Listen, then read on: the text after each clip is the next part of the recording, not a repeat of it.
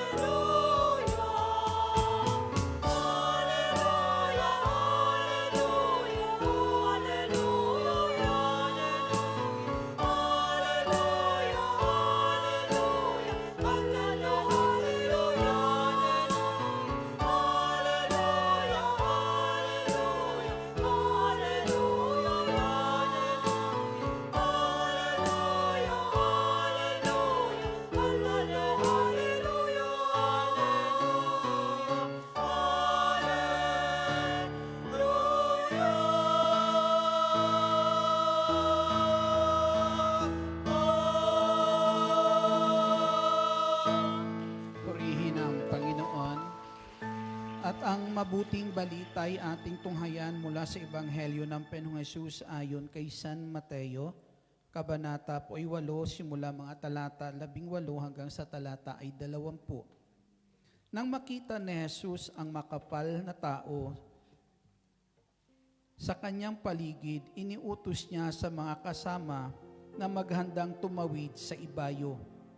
Nilapitan siya ng isang eskriba at sinabi sa kanya, "Guro, susunod po ako sa inyo saan man kayo pumaroon." Sumagot si Jesus, "May mga lungga ang mga asong gubat at may pugad ang mga ibon. Ngunit ang anak ng tao, wala man lamang matulugan o mapagpahingahan." Ito po ang mabuting balita ng ating Panginoong Hesukristo. Pinupuri ka namin, Panginoong Hesukristo. Papurihan natin ang Diyos, ngita ng palakpak pong iyan. Sa Kanya ang lahat ng papuri, ngayon at magpakailan paman. Hallelujah, hallelujah, hallelujah. Ayan. Handa na ba kayong makinig? Amen. Sige, sabihin mo sa katabi mo, sister. Sister, Makinig tayo. makinig tayo. Kasi lahat ng gustong makinig, pwede nang maupo. Amen. Ayan. Isa pong mapagpalat magandang hapon po sa inyong lahat. Amen. May mga bago tayong kapatid kanina, ang galing ng Bacolod, at saka galing ng Palawan.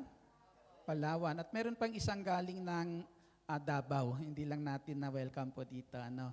Mahal po kayo ng ating Panginoong Hesukristo. Dito po sa Ebanghelyo po natin, may tao po ditong lumapit sa Panginoong Hesus at ang sinabi po ng taong ito, "Susunod po ako sa inyo." Susunod po ako sa inyo, ang sabi niya sa ating Panginoong Hesukristo. Na yung salitang "susunod ako sa inyo", yun naman talagang nais ng Lord. Amen? Na tayong lahat ay matutong sumunod po sa Kanya. Na ang pagsunod sa Panginoong Hesus ay pagpapakita na kung saan kinikilala natin siyang Panginoon sa buhay natin. Amen?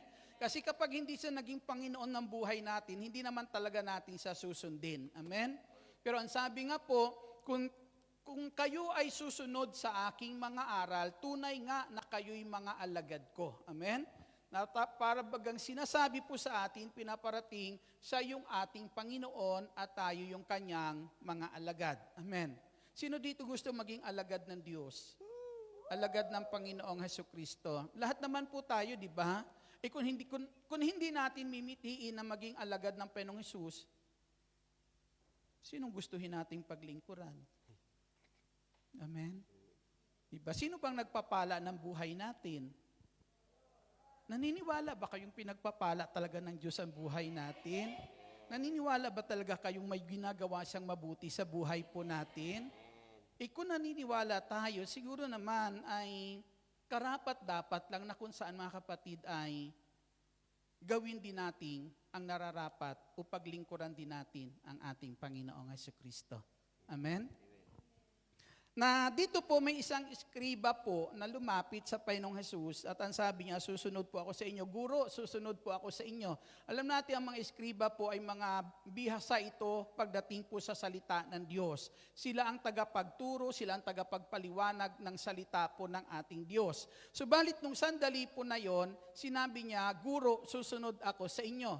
Na tila baga, yung eskriba po na to, kahit bihasa po siya sa pangangaral ng salita ng Diyos, alam niya kung anong salita ng Diyos ang tagapagturo ng batas, pero nung sabihin niyang guro, dito natin makikita na tila baga, kinakalimutan niya kung ano mayroon siya at pinaniniwalaan nung sandali na yan na mayroong mas mahigit na mabuting maituturo sa kanya ang ating Panginoong Hesukristo. Amen? Na masigit na alam ng Panginoong Hesus kung anong makakabuti para sa Kanya. Kaya nung sandali na yan, nung natatanaw iyan ng eskribang ito, ang sabi niya, "Susunod po ako sa inyo." Amen? Sabihin mo nga, "Panginoong Hesus, susunod ako sa iyo." Sino handang sumunod sa Panginoon? Di ba? Hindi lahat ng handang susunod sa Panginoong Hesus makakarating ng langit. Amen. Sinong gustong makarating ng langit? Taas nga ang kamay. Di ba? Ayan. Ayan. Sinong gustong mauna? Wala. Palakpakan po natin ang ating Panginoong Hesus. Glory to God. Hallelujah. Ang pagsunod sa Panginoong Hesus ay pagpapakita natin ng ating pagmamahal sa Kanya. Pagmamahal. Amen? Na ang sabi nga po ng Panginoong Hesus sa Ebanghelyo ni San Juan, Kabanata 14, talata 15, ang sabi po diyan, kung minamahal ninyo ako, susundin ninyo ang aking mga utos. Amen? Kung minamahal ninyo ako, susundin ninyo ang aking mga utos. Magagawa lang natin sumunod sa ating Panginoong Kristo kung mahal mo siya. Amen?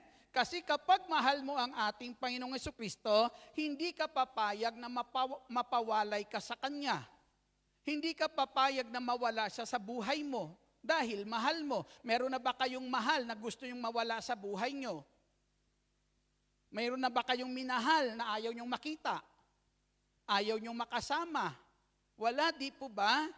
Kaya sabi po diyan, magagawa lang natin na sumunod sa ating Panginoong Jesucristo at yung pagsunod po sa Kanya ay pagpapakita natin sa Kanya kung gaano natin siya kamahal. Amen. Kaya kinakailangan mga kapatid, si Kristo po ay may lugar dapat sa puso po natin. Kapag ang puso po natin ay walang lugar sa Jesucristo sa puso po natin, wala tayong pakialam sa Kanya. Amen. Wala ka mang pakialam sa Diyos, pero ang Diyos laging nakikialam sa buhay mo. Ibig ko sabihin, wala ka mang pakialam sa Diyos, pero ang Diyos araw-araw, pinakikialaman ang buhay mo. Ibig ko'y parating po sa inyo, araw-araw, may ginagawa siyang mabuti sa buhay mo. Amen. May ginagawa po siyang mabuti. Kaya, para baga kapag sinabi mong mahal mo si Lord, gusto mong sumunod sa Kanya dahil mahal kita, Panginoong Hesus, para ka bang nakikipag-isang dibdib kay Lord? Diba? Nakikipag-isang dibdib ka sa ating Panginoong Kristo. Kapag ikaw ay nakipag-isang dibdib sa isang tao, para bagang sinasabi mo, yung buhay mo ay ipagkakatiwala mo sa Kanya. Tama o tama? Ayan. Wala kayong mapilian ano. Di ba? Na kung saan po, di ba?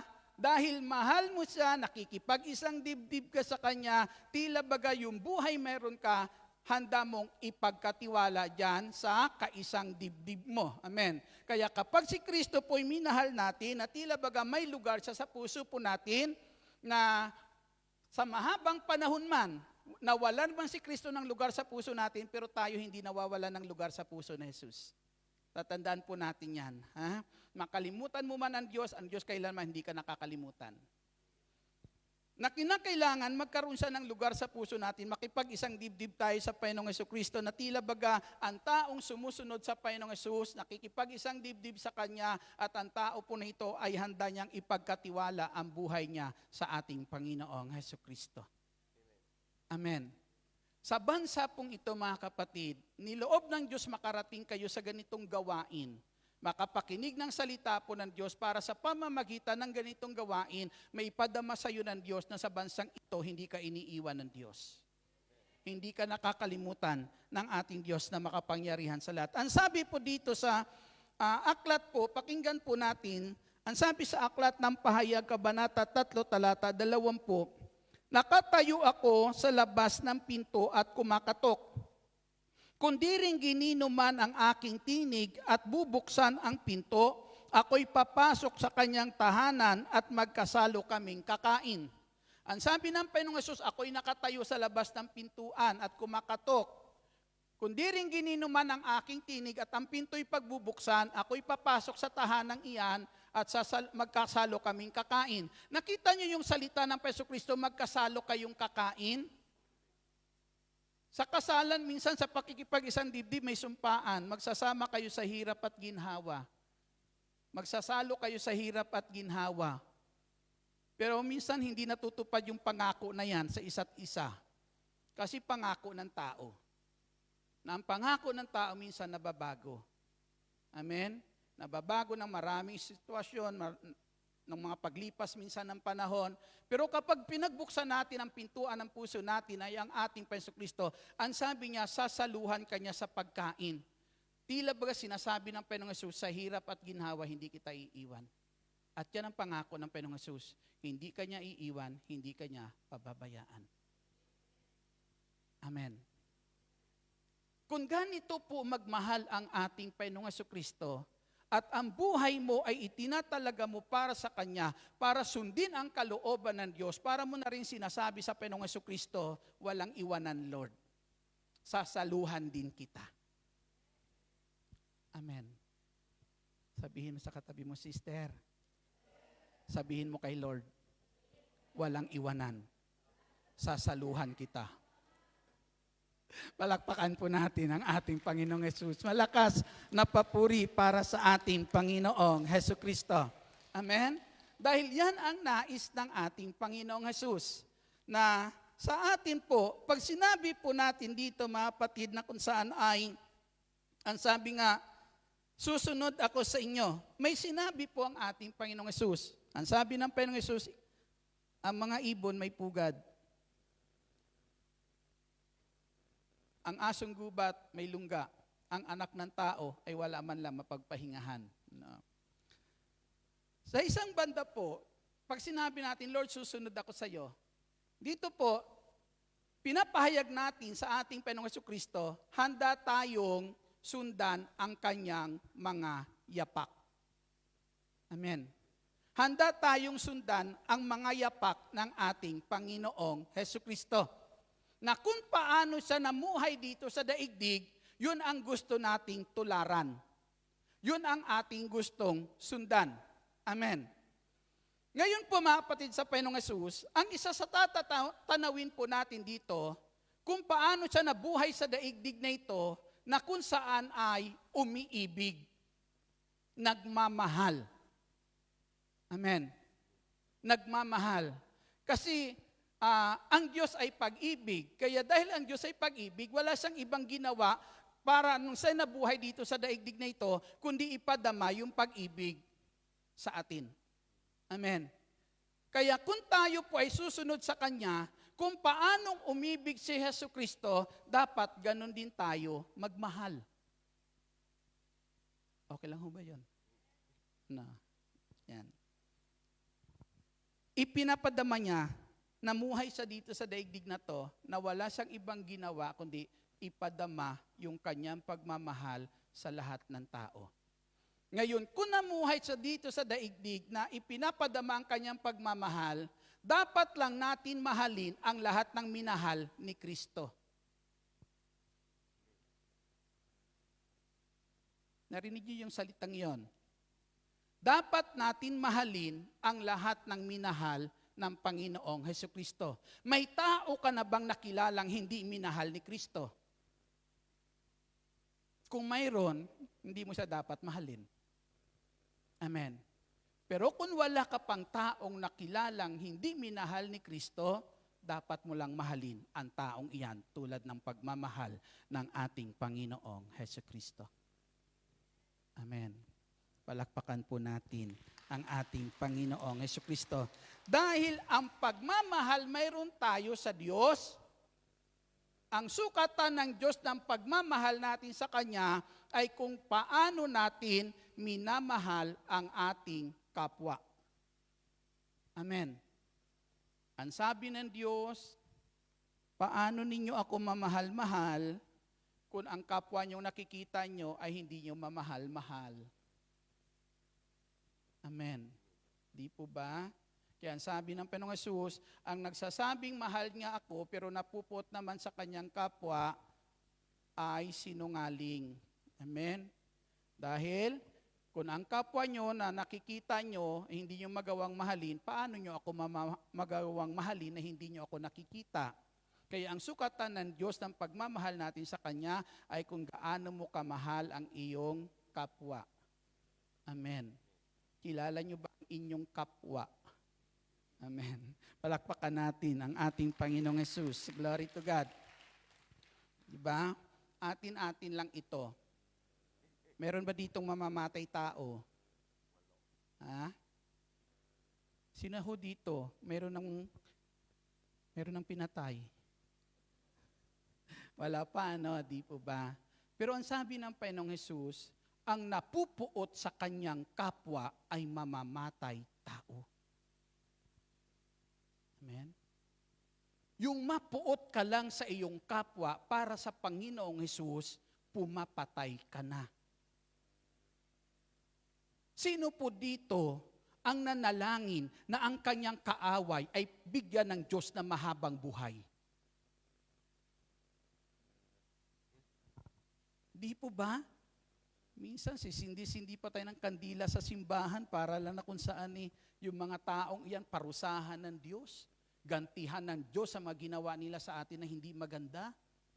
Di po ba? Kailan sa inyo nakita nyo yung kaaway nyo, mga kapatid, na tumatawid ng kalsada, ang panalangin nyo, kapatid, ay ingatan ng Diyos. Di pa dalangin nyo madapa sana para masagasaan ang pison?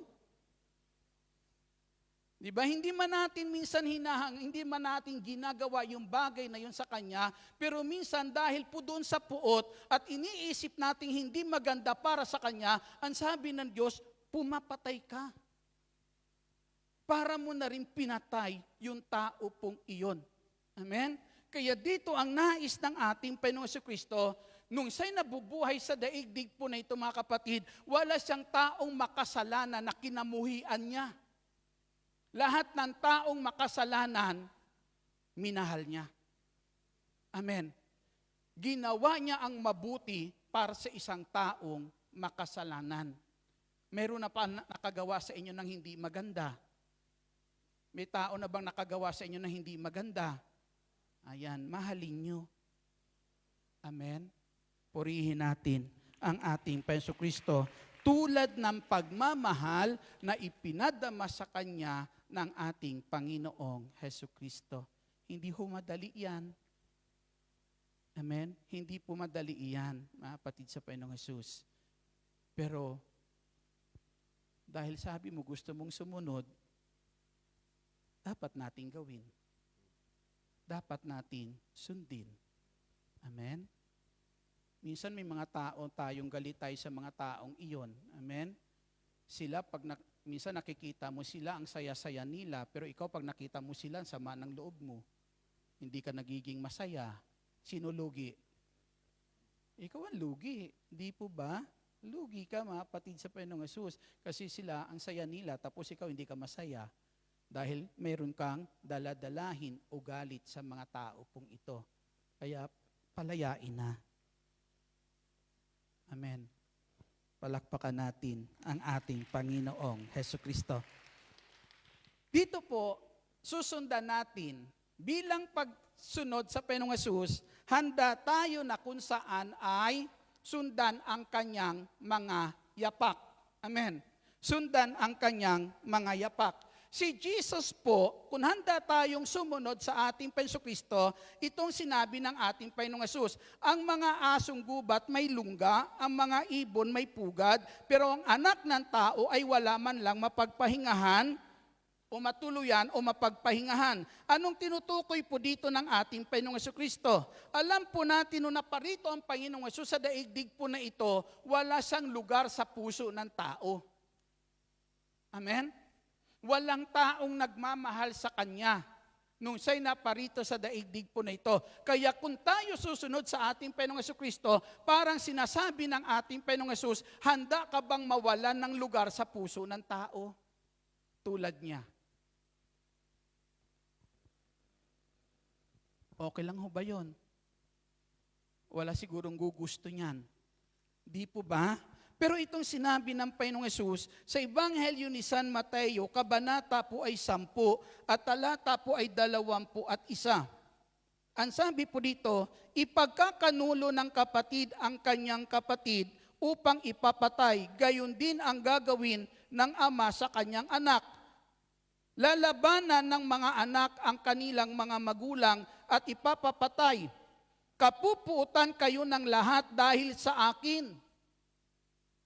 kapupuutan kayo ng lahat dahil sa akin. Kung paano ipinagkanulo ang Panginoong Jesucristo, ang sabi po, gagawin din iyan sa inyo. At ang tinutukoy pa isa pa dito sinabi ng Panginoong Hesus, gagawin din yan sa inyo ng inyong mga mahal sa buhay. Kung paano yan ginawa ng mga taong minamahal ko sa akin, gagawin din yan sa inyo.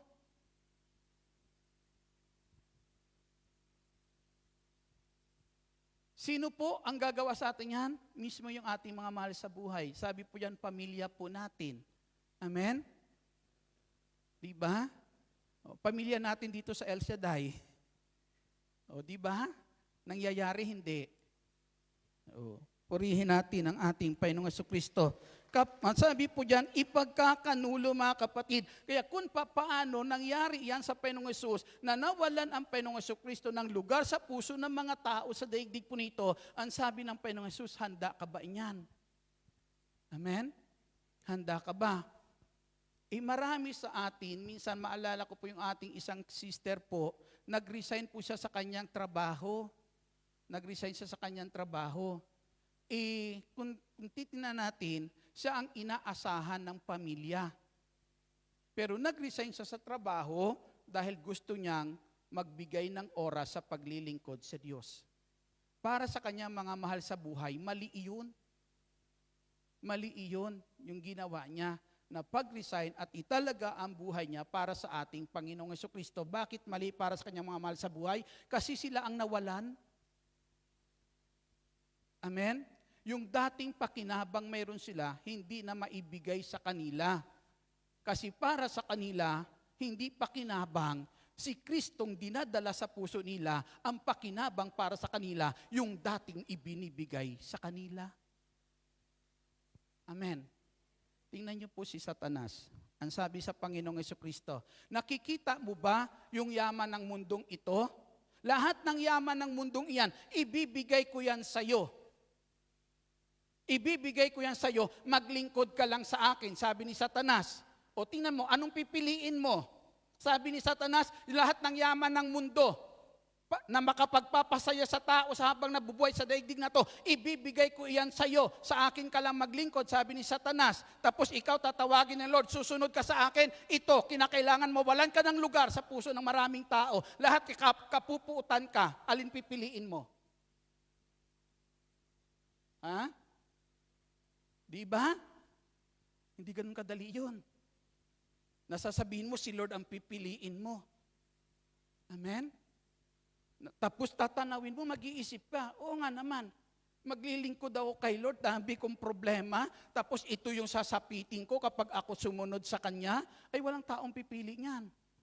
Maliban lang mahal niya ang Diyos. Amen.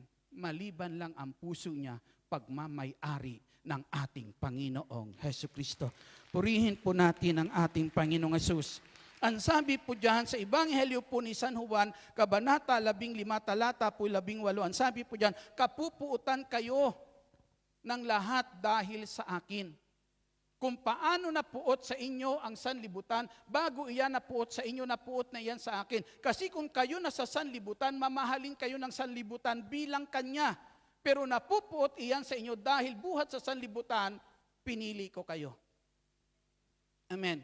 Buhat sa sanlibutan, pinili ko kayo, ang sabi ng ating Jesucristo, inalis ko kayo diyan. Amen?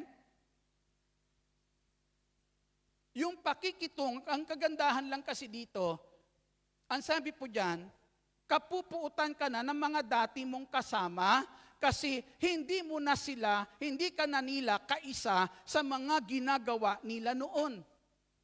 Amen? Dahil hindi ka na nila kaisa sa mga ginagawa nila noon, yung pagmamahal dating ipinapadama nila sa iyo, hindi mo na madama sa kanila ngayon, hindi na nila maipadama iyan sa iyo. Kasi hindi ka na nila kaisa doon sa kanilang ginagawa na dati kasama kanila. Amen. Purihin po natin ang ating Panginoong Jesucristo. Kaya, dito po mga kapatid sa ating Panginoong Jesucristo, minsan napuput sila sa atin. Amen? Pero ito lang kagandahan. Hindi baling kapuutan ka ng sino paman dahil kay Kristo. Huwag lang dahil sa ginagawa mong hindi maganda sa kanila. Amen. Kaya kinakailangan makita natin. Kasi alam po natin, lahat ng ginagawa natin, basta para sa Panginoong Hesus, alam po natin iyan, ang Diyos may gantimpala iyan. Amen. Purihin po natin ang ating Panginoong Jesucristo. Malakas, malakas na papuri para sa ating Panginoong Hesus. Kaya kung ating bubuksan ngayon ang ating pananaw dito po sa sinasabi ng ating Panginoong Jesucristo, ang mga asong gubat may lungga, ang mga ibon may pugad. Pero ang anak ng tao mismo ang ating Panginoong Jesucristo. Alam mo yan kung paano nawalan ng lugar sa puso mo si Jesus. Alam mo yan. Amen? Na kapag, hindi ganun kadali, kapag naranasan mo sa buhay mo, ang mawalan ka ng lugar sa puso ng mga tao na kung saan inaasahan mo mga kapatid na magmamahal sa iyo, mga tao na sa oras na kung saan kagipitan sa buhay mo, inaasahan mo magtutulong sa iyo, aasahan mong masasandalan mo, pero pagdating sa oras ng pangangailangan mo, mga taong tatalikuran ka, hindi madali iyan. Amen. Hindi madali po yan mga kapatid sa ating Panginoong Jesucristo. Subalit, bahagi iyan ng pagsunod mo sa ating Panginoong Hesus. Purihin po natin ang ating Panginoong Jesucristo. Malakas, malakas na papuri para sa ating buhay at makapangyarihan Diyos. Hallelujah. Glory to God. Handa pa rin ba kayo sumunod? Amen. Sino nagmamahal sa ating Panginoon? Taas nga ang kamay.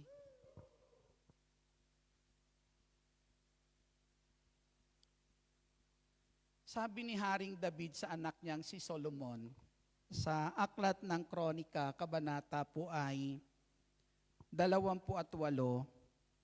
at talata po ay 9. Ang sabi ni Haring David, at ikaw naman, Solomon, kilanlin mo ang Diyos ng iyong ama at paglingkuran siya ng buong puso sapagkat batid niya ang laman ng ating puso't pag-iisip.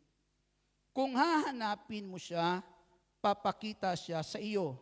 Ngunit kung tatalikdan mo siya, itatakwil ka niya magpakailanman. Purihin natin ang Panginoong Hesus.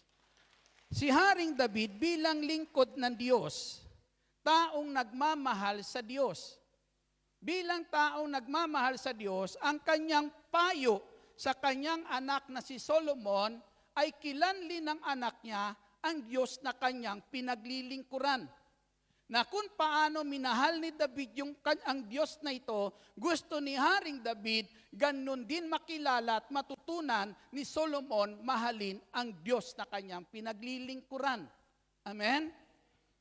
Na yung pagmamahal na yon, mayroon si David sa puso niya para po sa Diyos. Nung sandali na yan, dinadala niya sa puso ng kanyang anak para na kung saan yung anak na ito ay matutong sumunod sa kalooban po ng Diyos. Na ang sabi po ni Haring David, kapag ang Diyos ay tinalikuran mo, itatakwil ka niya magpakailanpaman. Maraming kayamanan si Haring David na pwede niyang ipamana sa kanyang anak. Yung trono ng pagiging hari, pwede niyang ipamana. Kayamanan po iyon. Pakinabang iyon para kay Solomon. Pero ang sinasabi po ni Haring David kay Solomon, kilanlin mo ang aking Diyos. Amen? Dahil natatanaw po ni Haring David, hindi yung kayamanan na iiwan niya kay Solomon, hindi yung tronong iiwan niya kay Solomon ang magbibigay kay Solomon ng tunay na tagumpay sa buhay. Amen. Ang tunay na kung saan makapag-iingat kay Solomon at makapagliligtas sa lahat ng panganib na pwedeng dumating sa buhay niya, kundi ang Diyos lamang na kanyang pinaglilingkuran. Amen. Purihin po natin ang ating Jesucristo. Anong nais iparating ni Haring David sa pangungusap niya na ito? Ipinaparating sa atin ni Haring David na ang buhay ng kanyang anak ay ayaw niyang ipagkatiwala sa kayamanang mayroon siyang iiwan. Ayaw niya ipagkatiwala sa kapangyarihan na pwede niyang ipamana sa kanyang anak, kundi ang buhay ng kanyang anak, nais niyang ipagkatiwala sa kamay ng ating Diyos. Amen. Purihin po natin ang ating Panginoon kung paano sana natatanaw iyan ni David para sa kanyang anak. Mga kapatid sa Panginoong Hesus, sana matanaw din natin iyan. Na ang buhay natin dapat ipinagkakatiwala natin sa kamay ng Diyos. Purihin po natin ang ating Panginoong Jesucristo. Malakas na papuri po sa Diyos na buhay. Kaya si Haring Solomon, nung siya'y naging hari na, ito naman yung kanyang habilin sa atin. Ang habilin ni Haring Solomon sa Aklat ng Mga Ngaral, Kabanata ay 12, talata ay 13, ang sabi niya, ito lamang ang sabi niya ang masasabi ko. Sundin ninyo ang utos ng Diyos habang kayo nabubuhay sapagkat ito ang tungkulin ng tao. Amen? Sabi ni Haring Solomon, sundin ninyo ang utos ng Diyos habang kayo nabubuhay dahil ito ang tungkulin ng tao. Paano natin iyan masusunod? Ang sabi niya ay ganito, sa talata 1, Mga Ngaral Kabanata 12, talata 1, alalahanin mo ang lumikha sa iyo sa panahon ng iyong kabataan, bago dumating ang mga araw at taon na puno ng kaguluhan.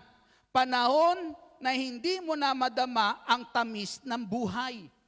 Kailan dumarating yan? Kailan dumarating na hindi mo na madama ang tamis ng buhay?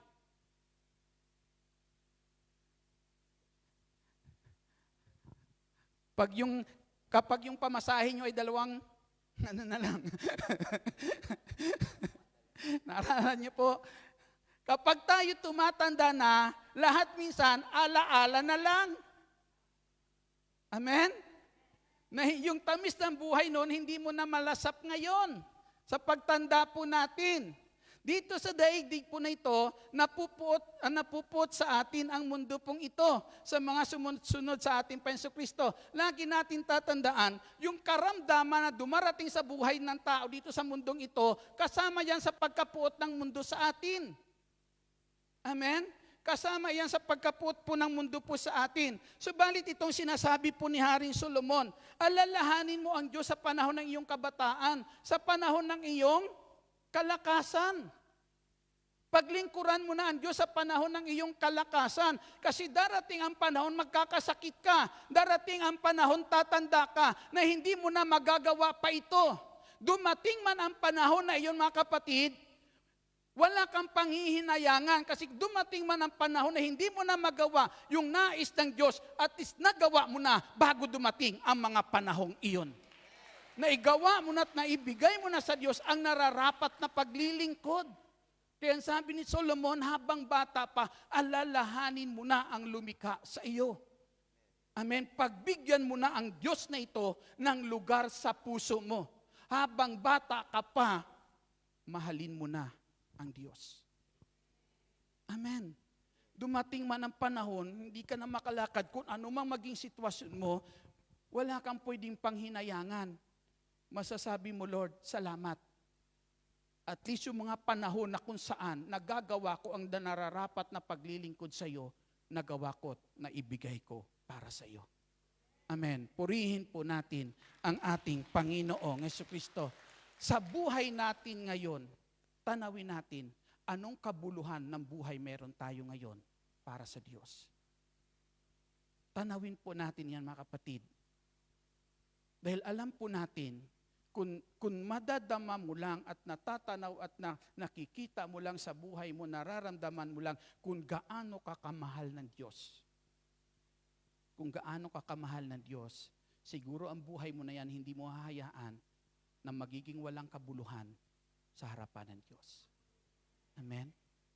Maari yung buhay na yan, maigagawa mong italaga sa ating Panginoong Hesus habang sa panahon ng kabataan.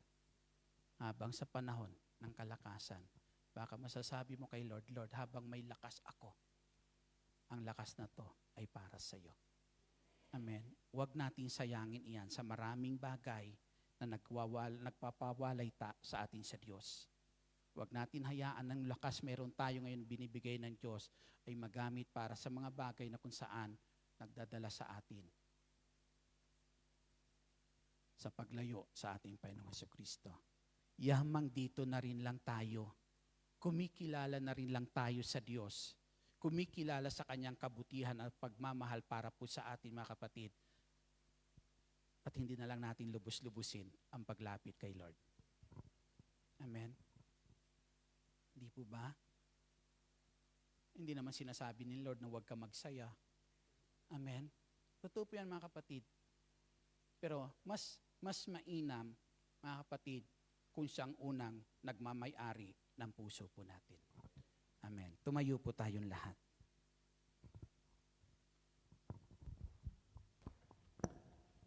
Marami kasi minsan nagsasabi, Lord, pag nag-retired na ako, maglilingkod ako sa iyo.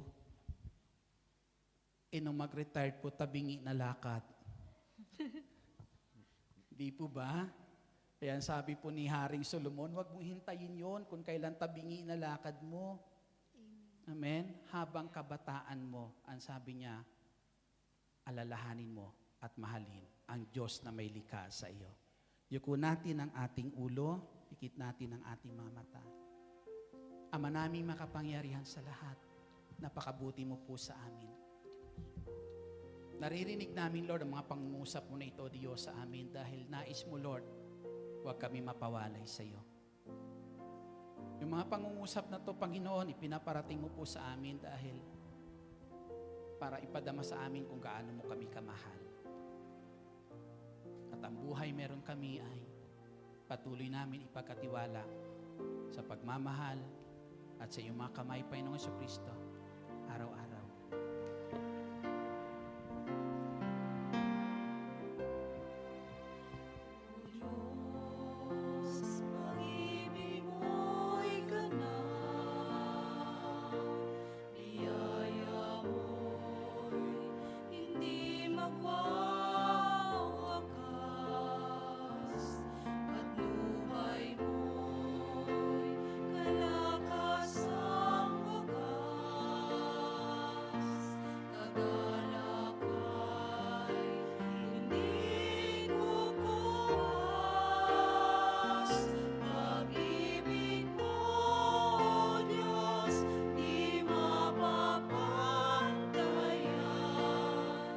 Pinatunayan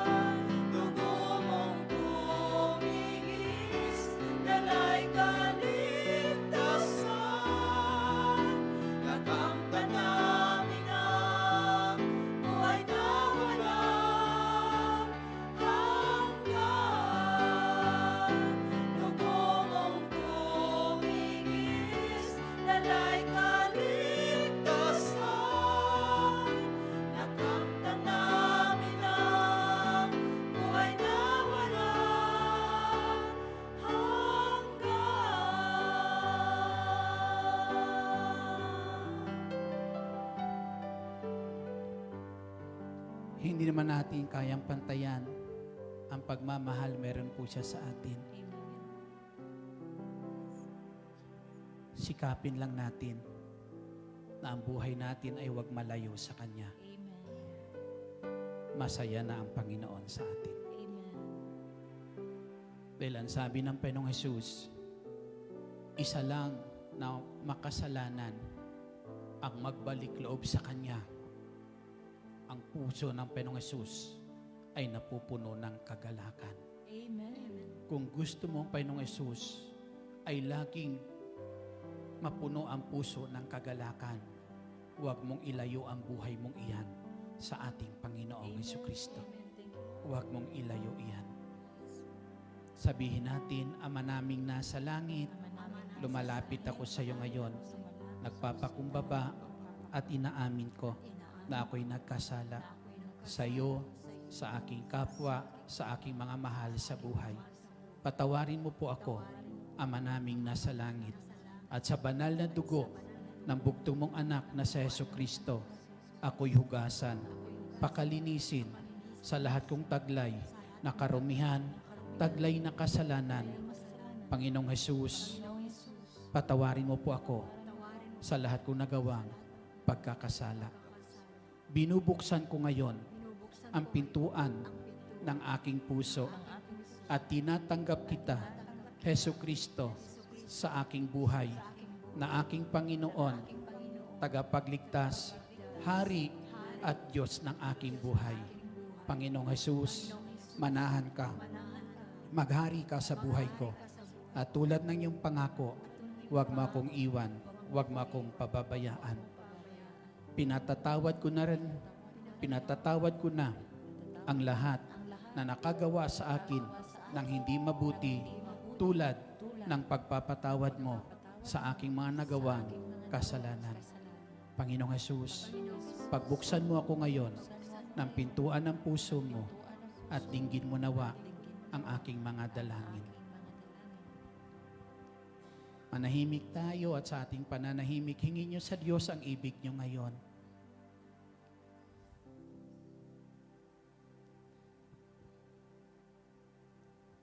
Bukas ang puso niya para sa iyo. Alam niya kung anong mga suliranin meron ka. Kailangan mo ang tulong ng Diyos.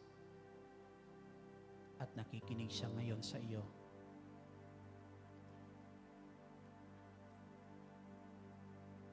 Kung paano niya ibinigay ang buhay niya para sa ating kaligtasan, handa niya pa rin ibigay ang kamay na yan na ipinako sa krus. Handa niyang ibigay sa iyo ngayon para ipagkaloob ang kahilingan mo.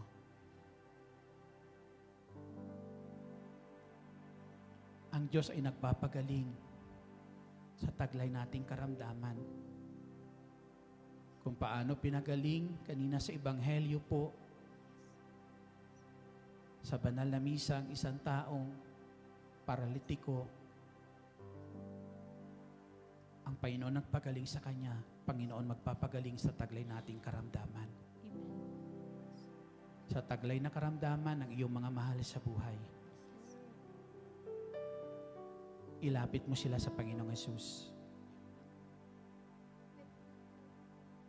Ang Panginoong Hesukristo na nagpakain sa pagitan ng 5 tinapay at 2 isda sa mahigit 5,000 tao.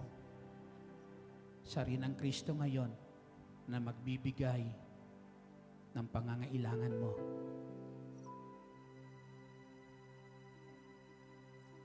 Siya si Hesukristo noon, ngayon at magpakailanman. Hindi siya nagbabago. Ang pag-ibig niya hindi nagbabago. Gaano ka man ka makasalanan noon, hindi nagbago ang pagtingin sa iyo ng Diyos. Hindi nagbago ang pagmamahal niya sa iyo. Ama naming nasa langit, sa ngalan ng Panginoong Hesus, ipagkalubong kahilingan ng aking mga kapatid. Anumang karamdamang taglay o Diyos, pagalingin mo. Pagalingin mo, Ama, sa pangalan ng aming Jesucristo. Ipagkaloob mo sa amin ang kagalingan sa pangalan ng Panginoong Hesus, sa latay at sugat na tamo ng aming Panginoong Jesucristo, sa pagitan ng dugo niya na tumigis para sa aming kaligtasan. Linisin mo kami, Ama, sa lahat ng sanhi ng karamdaman sa aming katawan, mula ulo hanggang talampakan. Kasama ng mamahal sa buhay, linisin mo kami sa lahat ng sanhi ng karamdaman, ipagkaloob ang kagalingan dakilang El Shaddai sa ngalan ng Jesucristo. Ang mga anak mo, Diyos, sa lugar na ito, Ama, ng Hong Kong na may karamdaman, dalangin namin dakilang Diyos, abutin mo silang pagpalang kamay ngayon, ipagkaloob ang kagalingan, Ama, sa pangalan ng Jesucristo. At dalangin ko, Diyos, ipagkaloob mo ang biyaya sa lahat, biyayan magandang kalusugan at kalakasan. Ipagkaloob mo rin sa kanila ang biyaya ng maginhawang buhay, saganang buhay, at payapang buhay at maayos, dakilang El Shaddai, sa ngalan ng Panginoong Hesus. Hallelujah. Taas natin ang mga bagay na nais natin taas sa Panginoong Hesus. Dakilang Diyos, pagpalain mo po ang mga itinataas namin na kahilingan ngayon. Dakilang Ama naming nasa langit, sa aming paglapit ngayon sa trono ng iyong biyaya at habag, tulad ng iyong pangako, huwag kami mag-atubiling lumapit sa trono ng mahabaging Diyos at doon kakamtan namin ang habag sa panahon na aming kailangan ito. At Ama, aming inaangkin ngayon sa aming paglapit, ipagkakalob mong katugunan ng lahat ng aming kahilingan. Sa ngalan ng Panginoong Hesus, ang lahat na to'y amin ang pinasasalamatan, sa ngalan ng Ama, ng Anak, ng Espiritu Santo. Amen. Papurihan natin at pasalamatan ang ating Panginoong Hesukristo. Patuloy po kayong samahan ng Diyos at pagpalain sa lahat ng inyong gagawin.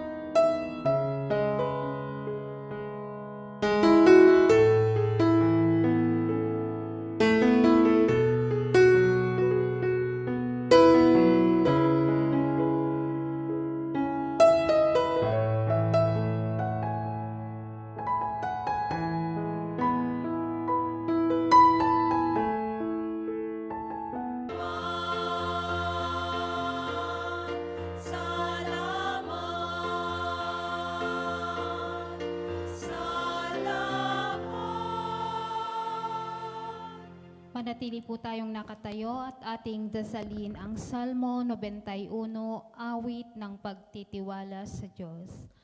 Siyang naghahangad ng pagkupkop ng kataas-taasan at nananatili sa kalinganyong makapangyarihan, makapagsasabi sa kanyang Panginoon muugkat tahanan. Ikaw ang aking Diyos, ang Diyos na tangi kong pinagtiwalaan. Ika'y liligtas niya sa panganib sa umang nabitag, at kahit anumang mabigat na salot, di ka magdaranas. Lulukuban niya sa lilim ng kanyang malabay na pakpak. Sa kalinga niya ay natitiyak mo na ikaw ay ligtas. Iingatan niya at ipagsasanggalang pagkat siya'y tapat. Pagsapit ng gabi, di ka matatakot sa anumang bagay. Maging sa gagawing biglaang paglusok pagsapit ng araw, ni sa ano pa mang darating na salot pagkagat ng dilim, di ka matatakot sa kasamaan mang araw kung dumating.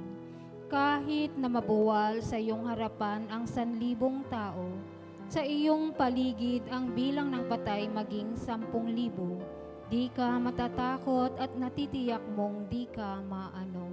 Ika'y nagmamasid at sa panonood iyong mamamasdan. Yaong masasama ay makikita mong pinarorosahan. Sapagkat sa Yahweh ang iyong ginawang tagapagsanggalang at ang pinili mong mag-iingat sa iyo'y kataas-taasan. Di mo abuting ika'y mapahamak at walang daratal, kahit anong uring mga paghihirap sa iyong tahanan.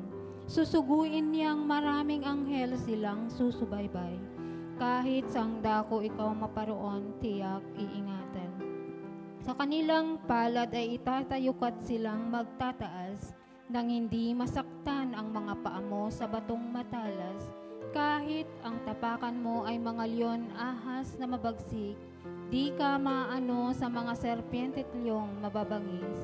Ang sabi ng Diyos, aking ililigtas ang tapat sa akin at iingatan ko ang sinumang taong ako'y kikilanlin. Pag sila'y tumawag, laging handa ako na sila'y pakinggan. Aking sasamahan at kung may hilahil ay sasaklolohan. Aking ililigtas at ang bawat isa ay pararangalan. Sila'y bibigyan ko at gagantimpalaan ng mahabang buhay at nakatitiyak na ang tatamuhin nila'y kaligtasan. Maaaring ipinid ko ang langit at hindi pumatak ang ulan. Maaaring magpadala ako ng mga balang upang salantain ang lupain ito. Maaaring palaganapin ko sa aking bayan ang salot. Ngunit sa sandaling ang bayang ito na aking pinili ay magpakumbaba.